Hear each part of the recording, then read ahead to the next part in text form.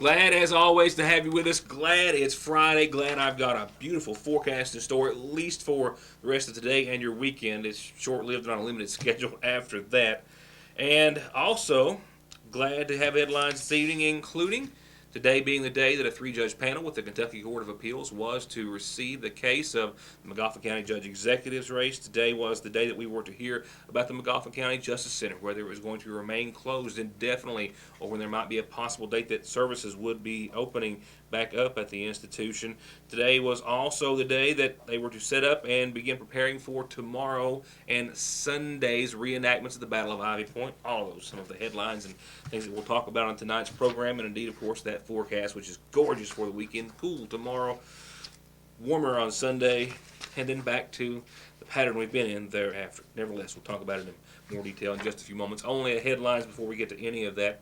And the first is from the University of Pikeville, which with industrial hemp, it says, making way and defining the future in the economic landscape in Kentucky. Freedom Seed and Feed LLC has partnered with the University of Pikeville to develop a research institute designed to facilitate the development of the new industry within the coalfield of eastern Kentucky. Paul E. Patton, who is chancellor, and as I told you last week, interim president of the University of Pikeville, shared his great enthusiasm for the project, saying that being the leading university of Central Appalachia, we are the perfect anchor institution for this type of initiative, and the Institute's focus on student-based research is an essential ingredient to enriching the University of Pikeville's focus on service learning.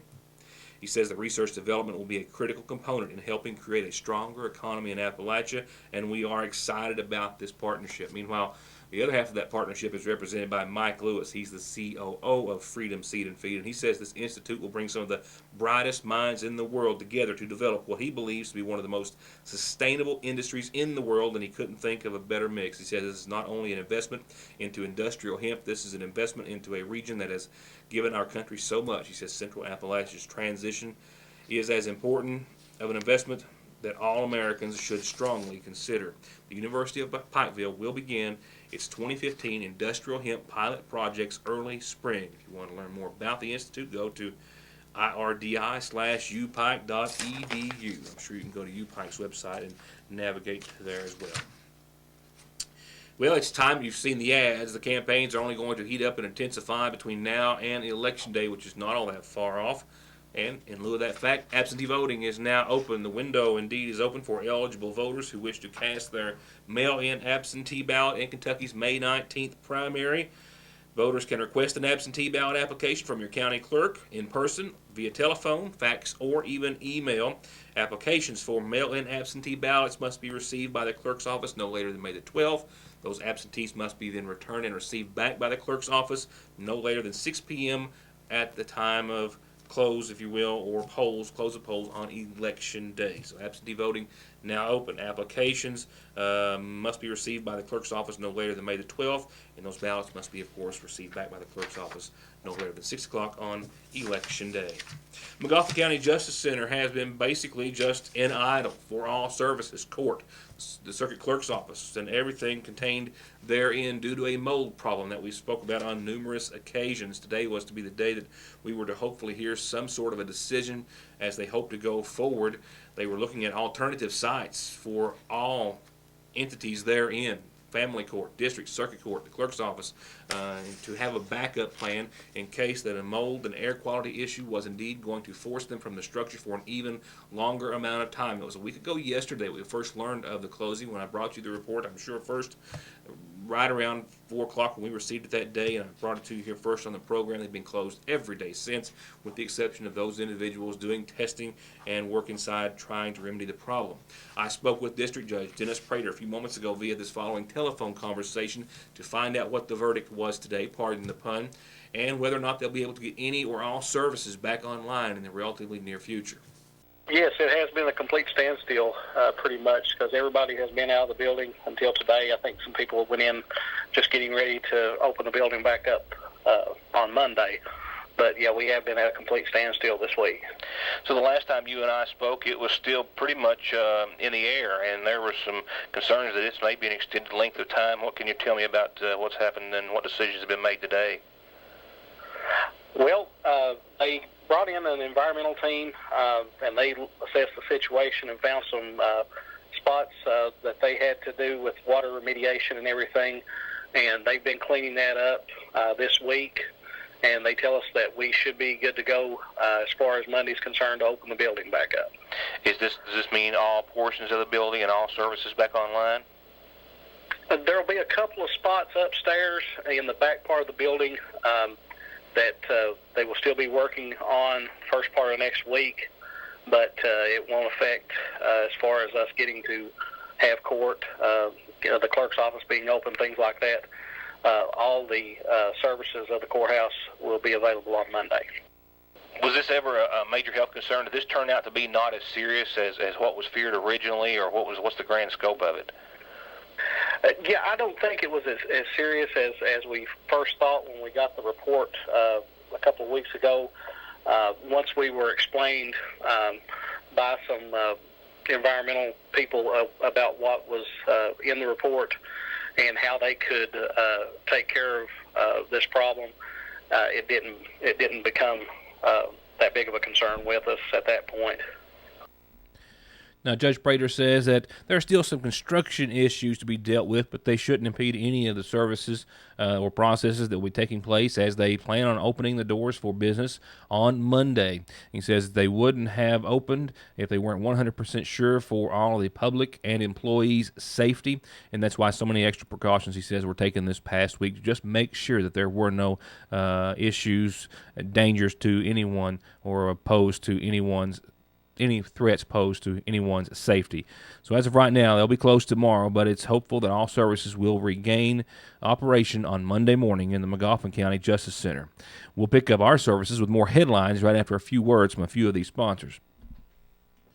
To get high-speed internet on their state-of-the-art fiber optic network for all of your home and business solutions, or to watch TV without a contract on over 200 digital channels with superb quality, or stay connected with family and friends with 24/7 telephone service you can always depend on, contact Foothills Broadband today. Or just click on their link to the right to find out how they're working to provide the latest in communications at affordable prices with exceptional service at Foothills Broadband.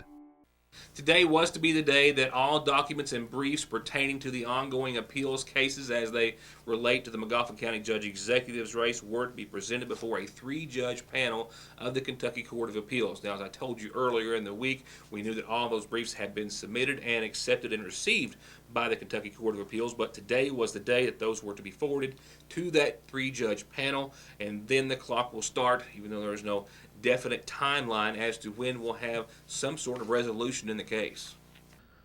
And with confirmation that all those briefs have now officially been turned over to this 3-judge panel, that will start the unofficial clock. A guesstimate was presented to us at one point during coverage of this story that a week or maybe less is a close average as to when one of these cases may be decided. However, it is a great unknown, and it also involves 3 separate appeals.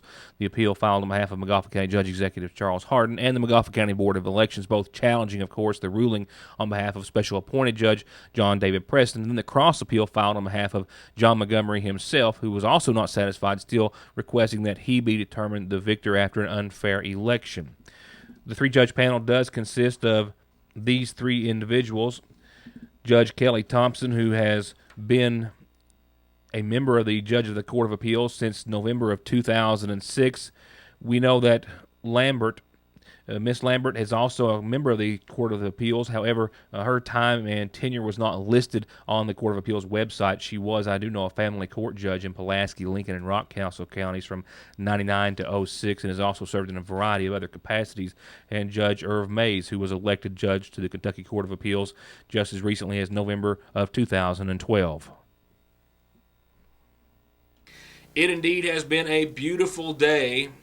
So beautiful, in fact, I guess maybe that is the reason for one of my computers taking the day off for 2 days in a row now. I think we've got it back online, but just not quick enough to get our calendar and some other things generated graphically for the program tonight. So bear with me as I read through a couple of reminders and a few announcements. I got a few birthday wishes that I'm sure will be much more festive with some music and graphics, but nevertheless, a special happy fifth birthday wish to Donovan Keith Howard from Mom, Dad, family, and friends. A 5th birthday wish to Donovan Keith Howard, and a happy first birthday to Emily Grace Howard. Love Mamaw, Papaw, and Uncle Jeremy.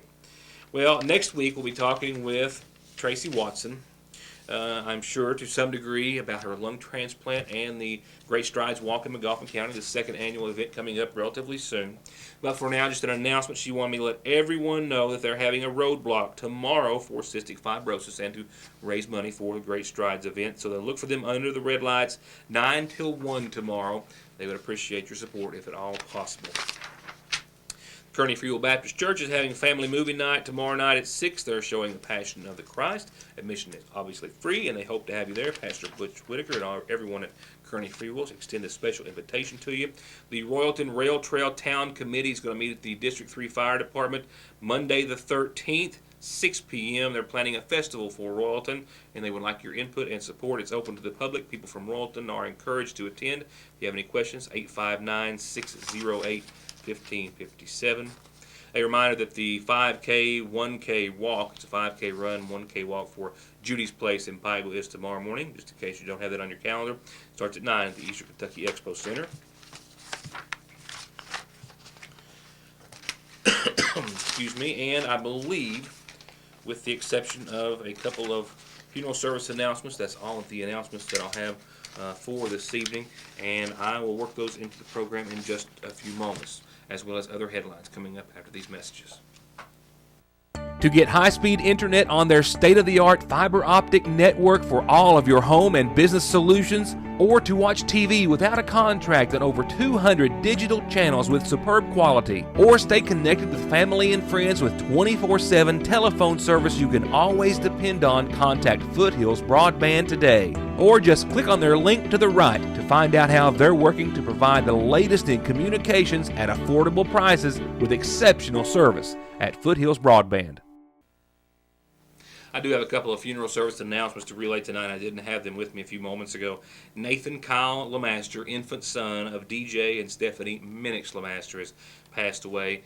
The folks at the McGoffin County Funeral Home tell me that arrangements are being made but incomplete at this hour, to be announced soon by their facility. You can go to McGoffinCountyFuneralHome.com over the weekend to find out more. I'm sure arrangements are to be made very soon. And they're also incomplete but being arranged by the McGoffin County Funeral Home in honor of 56-year-old Sue Patrick of Sagersville, who passed away on Friday. Arrangements are incomplete at this time, but once again to be announced by the McGoffin County Funeral Home. Wrapping up news this evening, a couple of things outdoors. Beginning with the reenactment festivities to be held tomorrow. I did stop by the Ivy Point area, the Gardner Farm, to check on things just before coming into the newsroom. Ben Gardner and Jimmy Allen had it well under control, had a firm grip on everything going on from their lounge chairs out in the sun. Very nice day. Also a very nice day for those folks who were setting up. A lot to be seen and to be done over the course of the weekend. They'll be up there tonight setting up, and then things will kick off early tomorrow with a full day of events, Saturday as well as Sunday. And indeed, what a beautiful, beautiful weekend they're going to have for the festivities. Now, they've changed things. They've gone back. When you pull onto the farm, instead of going over behind the house over into the bottom, it's going to be back up to the front. A lot of spectators thought that it was easier to get to, and they could stand in the roadway and watch. And I guess it's a lot of moisture down there as well, so it's going to work out better this year, make it a little easier for you to see. The reenactments themselves will be Saturday and Sunday at 2 p.m. Tomorrow's definitely going to be a big day, and there's a lot happening Sunday as well. And they've got a store. It's literally a store. Now, mind you, it's a big tent indicative of the day, but inside they were just unboxing all sorts of things that you could buy from that era. A lot of replicas and things of that nature, of course, but really, really neat things to see. So the other big things are, besides the reenactments being Saturday and Sunday at 2, the Kentucky Humanities Council will be presenting a couple of individuals who will be performing as Abraham Lincoln and Mary Todd Lincoln. And it will be just like going back in time and sitting around and interacting with the Lincolns themselves. Now that's Saturday evening, 6 and 8 p.m. 6 to 8 p.m. I think actually it's Abe Lincoln at 6 and then Mary Todd Lincoln at 7 if I'm not mistaken, but they last 6 to 8 p.m. So I've got my time a little incorrect there. Now all day tomorrow they'll have the zip line, the petting zoo, pony rides, the SpongeBob bounce house is all day tomorrow for the kids, big or small, old or not. And then church services will follow, will precede Sunday's reenactment services at noon, not 11, but at noon on the grounds Sunday, and then another reenactment, the second of the two, to follow Sunday afternoon at 2 o'clock. Beautiful weather. I'll get to that in just a second in some brief detail, but absolutely gorgeous weather, a little on the cool side tomorrow. A light jacket might be a good idea. Not so much needed on your Sunday, but definitely the Battle of Ivy Point, this reenactment brought to you by the Civil War Reenactment Committee here in McGoffin County, looks to be a stellar performance from start to finish for a whole lot of reasons. And just to give you a little update, I learned a little bit today. Nigel Bailey was out filming the Golden Eagle that you see here up on Long Branch behind Sagersville, Lee's Famous Recipe and Dairy Queen here in Sagersville over the course of yesterday. And by the time I got up there, after he called so graciously, the bird had flown off. The majestic bird had left, but not before he could get some photographs. And in last night's report, I made a little detail out of how we started seeing one of these birds here in McGoffin County for the first time in my life, back a year or so, maybe even longer, maybe before 2012, back in 2011, or maybe even a little bit prior. And whenever we get a chance or a word, we try to locate the bird and keep tabs on it in hopes that it might be one of many and may stick around this part of the area. And then after receiving these photographs yesterday, Nigel tells me that the Department of Fish and Wildlife says it's migration season, so this might not be a bird that is staying here, has a habitat here, could be on its way through, and there's just no way of really knowing, but I thought that was interesting and worth passing along to you. And I still want you to let me know whenever you see it. It's hard to get close enough to get a picture of it. I've got a few really strong cameras that I didn't have last time that I'm hopeful of getting reasonably close enough to it to get some really nice video. So keep me posted. Let me know about our feathered friend and where he might be, or she. And with all that said, this is another portion of the program where we don't have a computer to bring up your weather forecast for you. But, really, I don't have to spend a lot of time on it. I'm going to get you out of here and get you out into a beautiful evening. Your Licking Valley RACC forecast is gorgeous. Tonight, clear and 41, sunny and 61 tomorrow, back down to around 42 under clear skies tomorrow night. So tonight and tomorrow night, very, very similar. 76 and sunny on your Sunday, 54 and a few clouds Sunday night. We don't have a chance of showers at all over the course of the weekend. By Monday afternoon, clouds, showers, storms, all in the forecast. Only about a 30% chance, but those chances and the possibility of all of that will start to increase into Monday night and into Tuesday, and it just sticks throughout all of next week. Monday through Friday of next week, every day has more clouds and sun. Only one day's even got a little tiny bit of sun. That's Tuesday, and then the chance of showers and storms pretty much each and every day. I don't expect to see the activity that we saw this week, not to that degree and intensity, but more than what we would like. For now, that's my time. I know it's short, but we'll have everything back up and running. I say that. It's just always you just never know around here. One-man show makes it interesting all the time. Thank you so much for being a part of the program. Have a wonderful weekend. Hope to see you at the reenactment. Hope you do have a wonderful, wonderful April weekend in store, and we'll see you back here Monday for more of Your News Today. Good night, and thank you so much for watching.